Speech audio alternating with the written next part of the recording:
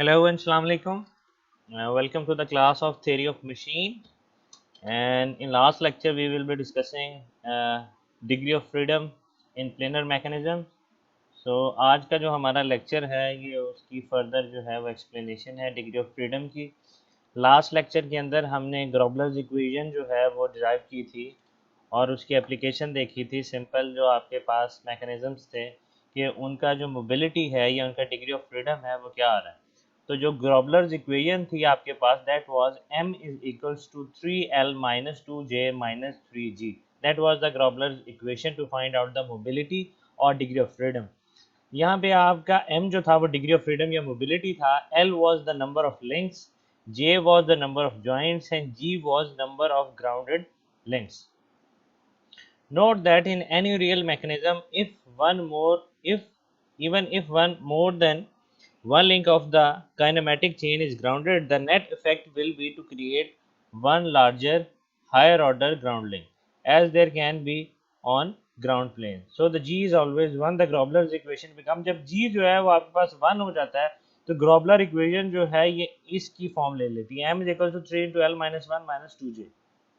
ठीक है जी, क्योंकि आपका जी जो है वो जीरो हो गया। अब जे जो है ये बेसिकली आपके पास जॉइंट है, तो ये आपके पास फुल जॉइंट भी हो सकता है, हाफ जॉइंट भी हो सकता है। फुल जॉइंट आपके पास एक पिन जॉइंट है जिसकी डिग्री ऑफ फ्रीडम 1 है, और जो हाफ जॉइंट है वो आपके पास स्लाइडर है जिसके अंदर एंगल भी चेंज हो रहा है और साथ में एक डायरेक्शन के अंदर जो है आपको मोशन जो है वो परमिट की जाती है। तो आपकी जो ग्रोबलर्स इक्वेशन थी इसकी मॉडिफिकेशन की गए by the Kutzbach modification, and that is known as m is equals to 3 into l minus 1 minus 2j1 minus j2। Here J1 was the number of links with degree of freedom 1, number of joints with degree of freedom 1, that was the full pin joint, and the half pin joint was the number of joints with 2 degree of freedom, यानी कि larger than 1 और greater than 1। इसकी हमने application देखी थी different mechanisms पे। ये mechanisms थे जिनके हमने degree of freedom in systems के फाइंड आउट किए थे लास्ट लेक्चर के अंदर। आगे चलते हैं, ये कुछ लिंक्स है जी आपको बताए गए हैं कि इनके आपने डिग्री ऑफ फ्रीडम जो है वो फाइंड आउट करने हैं। लाइक अगर हम इस सिस्टम की बात करें तो ये आपके पास सिस्टम है and we have to find the how many number of links are there. तो अगर आप इस सिस्टम की बात करें तो ग्राउंडेड कितने लिंक्स हैं, 1 2 एंड 3। ये आपके पास 3 ग्राउंडेड लिंक्स हैं, दे विल कंसिडर एज 1। ठीक है जी, तो इसीलिए जो है वो आपकी गिनती जो है वो इस तरह से स्टार्ट होगी। ये आपके पास 1, ये सारे ये तीनों मिला के 1, ये जो आपके पास लिंक है this link is 2, this link is 3, this link is 4, ये आपके पास एक टर्शरी या टर्नरी लिंक है, दिस लिंक इज 5। इस तरह ये आपके पास, क्योंकि ये आपके पास टर्शरी लिंक है तो it will count as 2 5 sorry it is count as 5, it's वो जॉइंट के अंदर आएगा। अभी जो है इसको 5 आप काउंट करें, this is 5, this is 6, this link is 7 and this slider is 8। तो number of links in this system are 8। अब नंबर ऑफ जॉइंट्स की अगर बात करें, देख लेते हैं कितने नंबर ऑफ जॉइंट्स हैं। Number of joints are basically 10। तो 1 2 3 4 5 6 7 एंड 8। अगर आप देखें तो इसमें अपेरेंटली आपको 8 जॉइंट जो है वो नज़र आ रहे हैं, लेकिन इस चीज़ को आपको कंसिडर करना होगा कि लाइक अगर हम इस जॉइंट की बात करें यहाँ पे तो ये एक सिंपल पिन जॉइंट है, ये 1 है आपके पास। इसी तरह ये एक सिंपल पिन जॉइंट है, ये 2 है आपके पास। अगर आप इस जॉइंट की बात करें बिटवीन लिंक 3 एंड 4, ये वाला जो जॉइंट है लिंक 3 एंड 4 के दरमियान में एक जॉइंट है, और लिंक 3 4 और 5 के दरमियान में ये जो पिन है 3 4 और 5 को कनेक्ट करिए, तो इस जॉइंट को यू विल काउंट एज 2। तो ये आपका 2 काउंट होगा। तो कितने हो गए, 1 2 3 4 एंड 5। ये हो गया जी 5 जॉइंट। इसके बाद आपके पास आ गया जी 6, ये वाला जो है, ये आ गया आपके पास 7, ये आ गया आपके पास 8, ये वाला। अब अगर इस जॉइंट की बात करें तो यहाँ पे ये स्लाइडर है आपके पास, तो अगेन यहाँ पे भी ये 2 काउंट होगा। 8 plus 2 are equal to 10, that is Y J is equal to 10। आप उस इक्वेशन में पुट करेंगे तो इस सिस्टम का आपके पास डिग्री ऑफ फ्रीडम जो है वो 1 आएगा। Similarly for that system also. ठीक है जी, आगे आपको मैकेनिज्म और स्ट्रक्चर का जो है वो फ़र्क दिखाया गया है। मैकेनिज्म और स्ट्रक्चर को जो है वो हम डिस्कस कर चुके हैं लास्ट लेक्चर के अंदर। मैकेनिज्म वो है जिसका डिग्री ऑफ फ्रीडम जो है वो +1 में होता है। स्ट्रक्चर वो है जिसका डिग्री ऑफ फ्रीडम 0 होता है, और प्री लोडेड स्ट्रक्चर ऐसे स्ट्रक्चर्स होते हैं जिनका डिग्री ऑफ फ्रीडम माइनस में होता है। और ये भी आपके पास स्टेशनरी स्ट्रक्चर्स होते हैं जिनके अंदर मोशन जो है वो परमिट नहीं की जाती। आगे चलते हैं जी।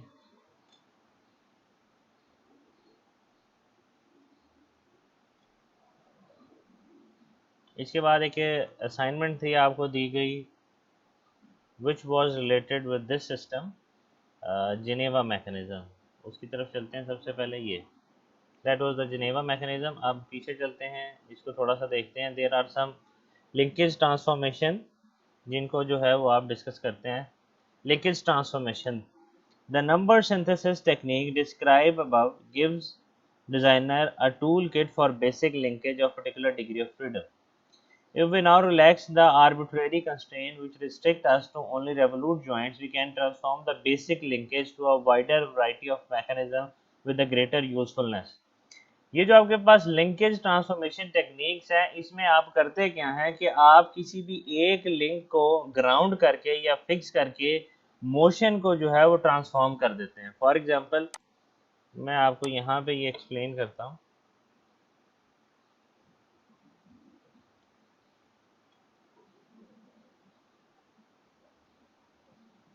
ये एक लिंक है आपके पास, ये एक लिंक है, ये एक लिंक है, और ये आपके पास यहाँ पे स्लाइडर है।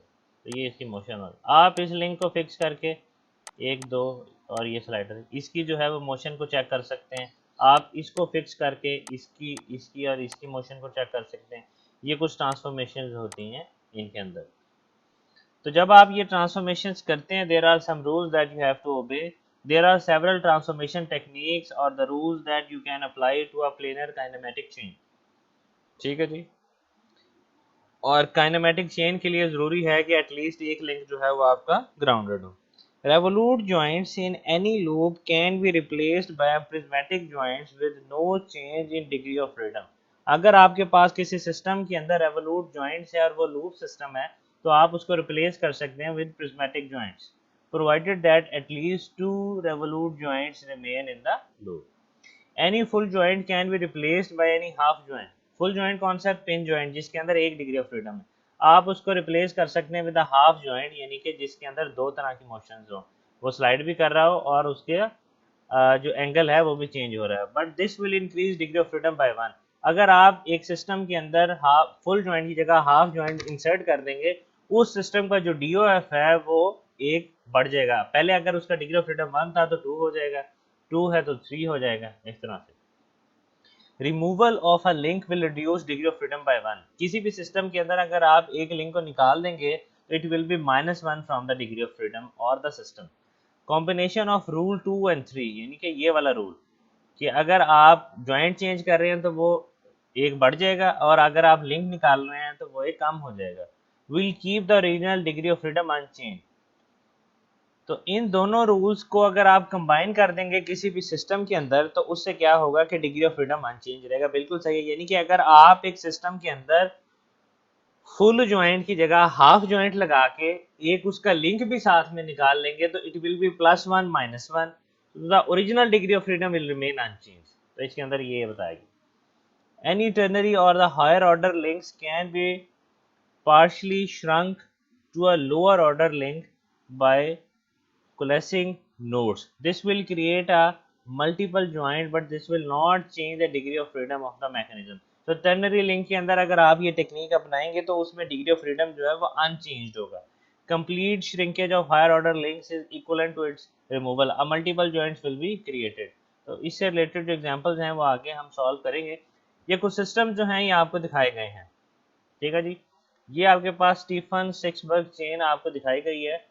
अब अगर आप इस सिस्टम को देखें तो ये आपके पास ग्राउंडेड लिंक है। दिस इज, इन दोनों को ग्राउंड्स को हम कंसीडर करेंगे एज 1। ये लिंक 2, ये link 3 and this link is 4। ये यहाँ पे पिवट हुआ है। दूसरे सिस्टम में उसने ट्रांसफॉर्म किया है इस सिस्टम को, transforming a 4 bar crank rocker to a slider crank. तो ये आपके पास क्या था कि इस सिस्टम के अंदर, क्योंकि यहाँ पे भी ग्राउंड था और यहाँ पे भी ग्राउंड था, मोशन की वजह से ये वाला जो आपके पास जॉइंट है ये एक कंप्लीट सर्कल बना रहा था, घूम रहा था, ठीक है जी। इसमें ये हो सकता था, और इसके घूमने की वजह से ये वाला जो लिंक 4 है ये एक ट्राइंगल क्रिएट कर रहा था, इसमें इस तरह की मोशन थी जिसको आप क्रैंक रॉकर मोशन कहते हैं। आप इस सिस्टम के अंदर अगर इस जॉइंट के ऊपर इसको रिप्लेस कर दें, यहाँ पे आप स्लाइडर लगा दें, ये स्लाइडर ग्राउंड हुआ हुआ, तो आप इस सिस्टम को चेंज कर देंगे स्लाइडर क्रैंक मैकेनिज्म के अंदर।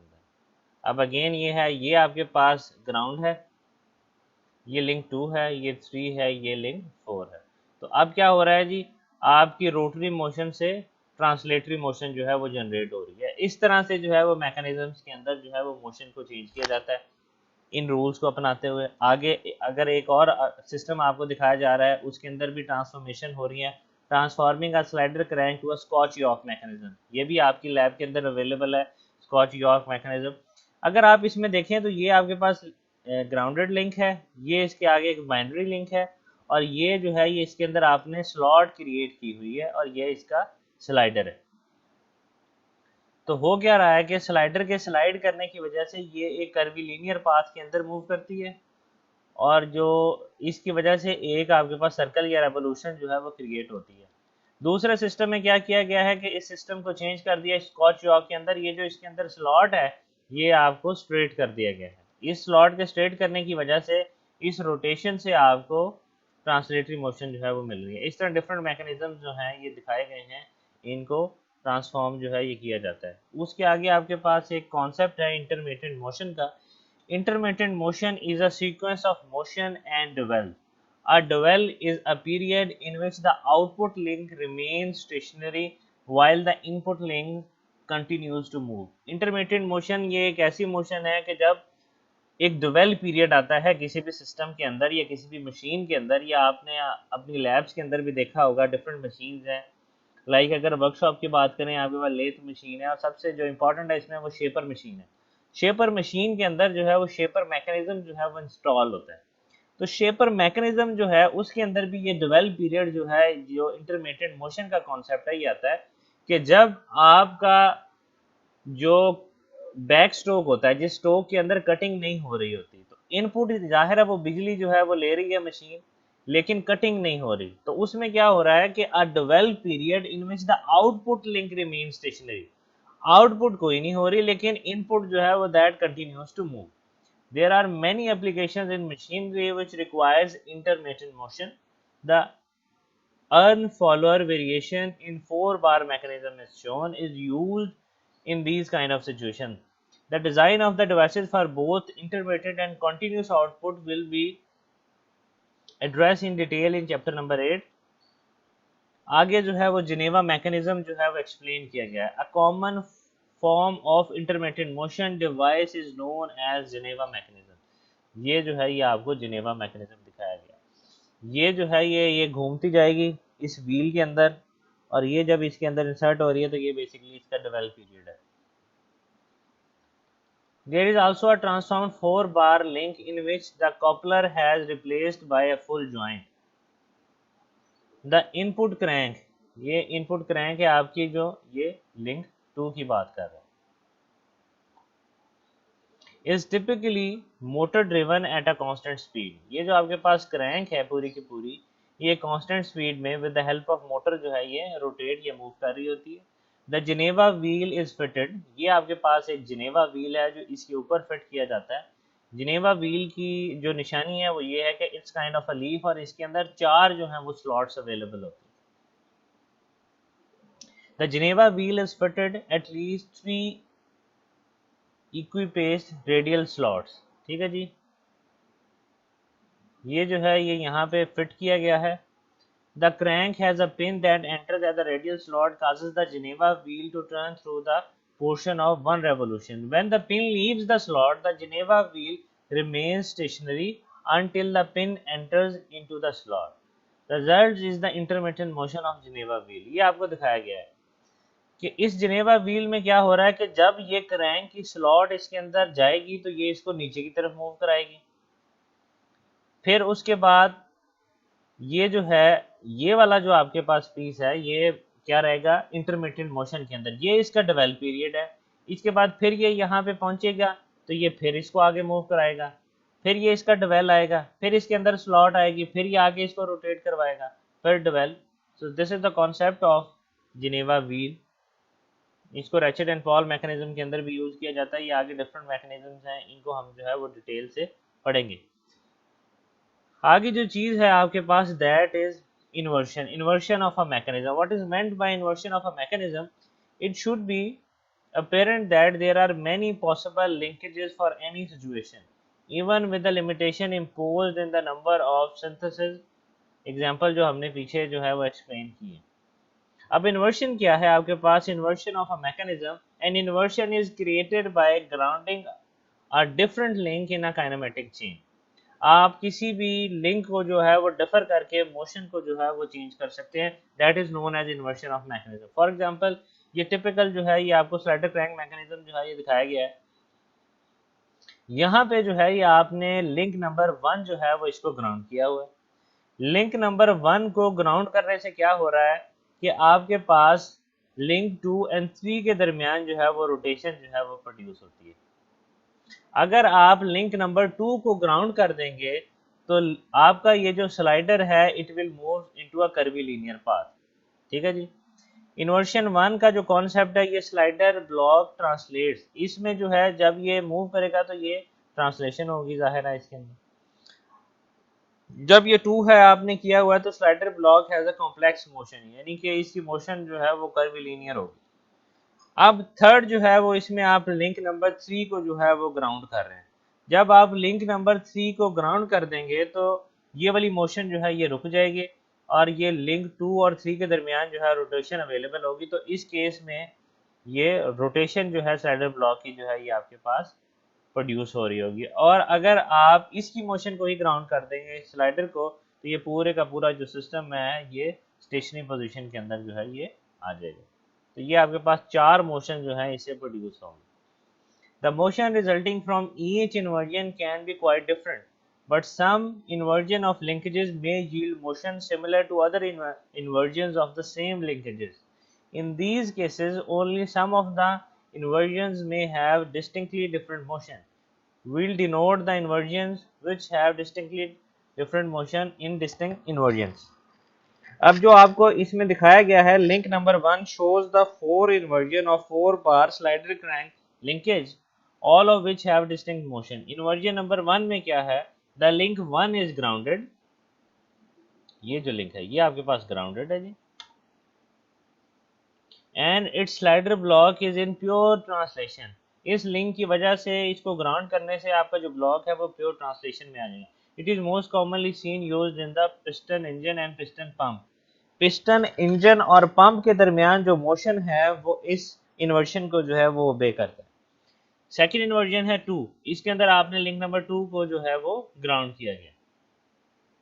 It is obtained by grounding the link 2 and it gives the complex motion, जिसको विटवर्थ और the crank shaper quick return mechanism भी कहते हैं। इसमें जो है ये आपके पास ये वाली मोशन हो रही है, in which the slider block has the complex motion. Quick return mechanism will be investigated further in the next chapter, उसके अंदर हम इसको डिटेल से पढ़ेंगे। आगे जो है वो आपके पास है इन्वर्जन नंबर 3। इन्वर्जन नंबर 3 में हमने लिंक नंबर 3 को जो है वो फिक्स कर दिया था। Inversion 3 is obtained by grounding the link number 3 and it gives the slider block pure rotation. तो ये जो आपके पास ब्लॉक है ये पूरा जो है ये रोटेशन के अंदर आ जाएगा। ठीक है जी। अब इस मोशन को जो है वो कहाँ पे आप देखते हैं? इस मोशन को आप फ्लाई व्हील के ऊपर देखते हैं या जहाँ पे आपका पिस्टन और क्रैंक रॉड जो है वो जुड़ते हैं, वहाँ पे जो है ये आप इस मोशन को देख रहे होते हैं। And number 4 is obtained by grounding the slider and it is used to hand operated machine and well pump mechanism, जिसके अंदर जो है वो आपने स्टेशनरी किया होता है अपनी पूरी की पूरी मशीन को। तो these were some of the examples related to these concepts.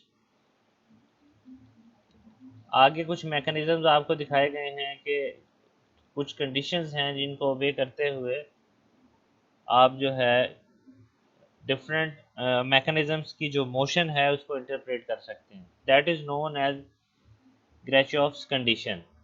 A 4 bar linkage is shown. ये आपके पास एक 4 बार मैकेनिज्म है। इसको 4 बार मैकेनिज्म, किसी भी मैकेनिज्म को उस वक्त कहते हैं जब उसके अंदर 4 बाइनरी लिंक्स जो है वो अवेलेबल होते हैं। तो यहाँ आप देखें that is 1 2 3 and 4 and 2 links are grounded. ठीक है जी। तो ग्राफ कंडीशन जो है वो आपको ये कहती है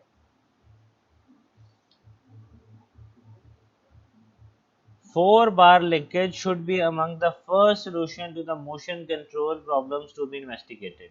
Grachof's condition is very simple relationship which predicts the motion behavior or the rotatability of 4 bar mechanism. तो इस कंडीशन के अंदर आपके पास दो चीजें हैं, S that is the length of the shortest link and L which is the length of the longest link। ठीक है जी। अगर आप इन सिस्टम की बात करें तो ये आपके पास शॉर्टेस्ट लिंक है और ये आपके पास जो है वो लॉन्गेस्ट लिंक है। So that is S and that is L। Here third thing is P length of one remaining link, यह है आपके पास, and Q is the length of the other remaining link. जो आपका जो चौथा जो लिंक है other remaining that is known as Q। तो ये आपके पास एक 4 बार मैकेनिज्म के अंदर if the condition is such S plus L less or equal to P plus Q, the linkage of Grachof's and least one link will be capable of making a full revolution with respect to the link। अगर आपके पास जो सम है shortest plus longest link का एक 4 bar mechanism के अंदर वो less than है रिमेनिंग 2 लिंक के ऐड ऑन करने से, यानी कि P और Q का जो आपके पास एडिशन है वो ग्रेटर है S प्लस L से, यानी कि शॉर्टेस्ट और लॉन्गेस्ट लिंक का जो सम है that is less than the remaining 2 links. तो आपके पास ऐसी कंडीशन के अंदर एक जो लिंक होगा वो फुल रोटेशन में होगा, यानी कि वो पूरा 360 का सर्कल बना रहा होगा। This is called classic one kinematic chain and it is unequally not true. This is the linkage of non-Grachof's and non-link which is capable of complete revolution relative to one other link that is class 2 kinematic chain। class 2 kinematic chain के अंदर जो है ये जो है सम आपके पास greater than होगा P plus Q, और इस केस में जो है वो कंप्लीट रोटेशन जो है वो उसकी नहीं हो सकेगी। अब अगर आप इन लिंक्स की बात करें, ऊपर ही चलते हैं हम, वहाँ से ये आपको क्लियर होंगे कि इसकी फुल रेवोल्यूशन जो है ये हो सकती है या नहीं। यहाँ पे ये आपको दिखाया गया है, इससे भी ऊपर, यस दिस इज। यहाँ पे अगर आप देखें तो ये आपके पास एक शॉर्टेस्ट लिंक है, ये है आपके पास, ये आपके पास लॉन्गेस्ट लिंक है, ये आपके पास थर्ड लिंक है, और ये जो है ये आपके पास ग्राउंडेड लिंक है। ठीक है जी, ये दोनों that will count as one. तो इन दोनों का जो सम है वो अगर इन दोनों से लेस है, ग्रेटर है इन दोनों के सम से, तो आपका जो एक लिंक है वो कंप्लीट 360 डिग्री जो है वो रेवोल्यूशन में होगा। ये देखें दूसरा जो है ये नहीं है, इस केस में भी एक है एक नहीं है। इस तरह से जो है वो आप मोशन इंटरप्रेट करते हैं। इस केस में अगर दोनों का एडिशन जो है वो इस लिंक से ज़्यादा होगा तो उस केस में क्या होगा कि ये यहाँ पे ये मोशन ये बता रही है कि ये कंप्लीट सर्कल नहीं है, यहाँ से यहाँ तक जो है ये मूव कर सकता है। तो ये आपके पास ग्राचॉफ्स कंडीशन है जो आपको बताती हैं कि लिंक्स की जो है वो मोशन किस तरह से इंटरप्रेट की जाती है।